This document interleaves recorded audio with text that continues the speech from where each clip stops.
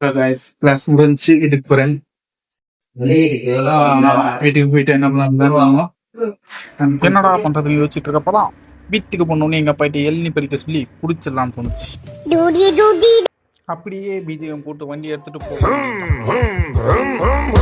அப்படியே பண்ருட்டி பஸ் ஸ்டாப்புக்கு வந்தா பையன் திருவண்ணாமலையிலேருந்து கடலூர் வந்து டிஜிட்டல் மார்க்கெட்டிங் படிக்கிறான். எவ்வளோ நல்ல பையனா இருக்கான்.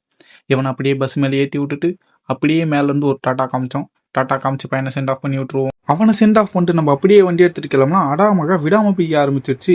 அப்புறம் என்ன பண்றது, பேக்ல வேற லேப்டாப் வச்சிடணும். லேப்டாப் போச்சுன்னு நம்மளும் கொண்டுருவாங்க. லேப்டாப் அப்படியே பேக்ல வச்சுக்கிட்டு ஒரு ஓரமா நின்னாச்சு. மேலே நின்னதும் அப்படியே வண்டி எடுத்துட்டு கிளம்பும்போது ரோடு ஆஹா அப்படி இருந்துச்சு.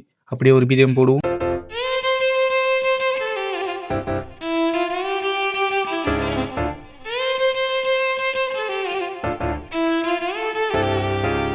ஒரு வழியாக வீட்டுக்கு வந்து சேர்ந்தாச்சு. அப்படியே லேப்டாப் என்னாச்சுன்னு ஒரு லுக்கை பார்த்துட்டு ஒன்றும் ஆகலை. அப்படியே தலையை தோட்டிடுவோம், இல்லைன்னா ஜுரம் வந்துடும். ஓகே, அப்படியே நம்ம காஸ்ட்யூமை மாற்றிடுவோம். ஏழ்னி குடிச்சு என்ஜாய் பண்ணலான்னு பார்த்தா மழை வந்து கெடுத்துருச்சு. ஒரு இம்பார்ட்டண்டான விஷயம், நாளைக்கு என் லைஃப்பில் இம்பார்ட்டண்டான பர்சனுக்கு பர்த்டே. இப்போ அட்வான்ஸாக ஒரு ஹாப்பி பர்த்டே சொல்லுவோமா?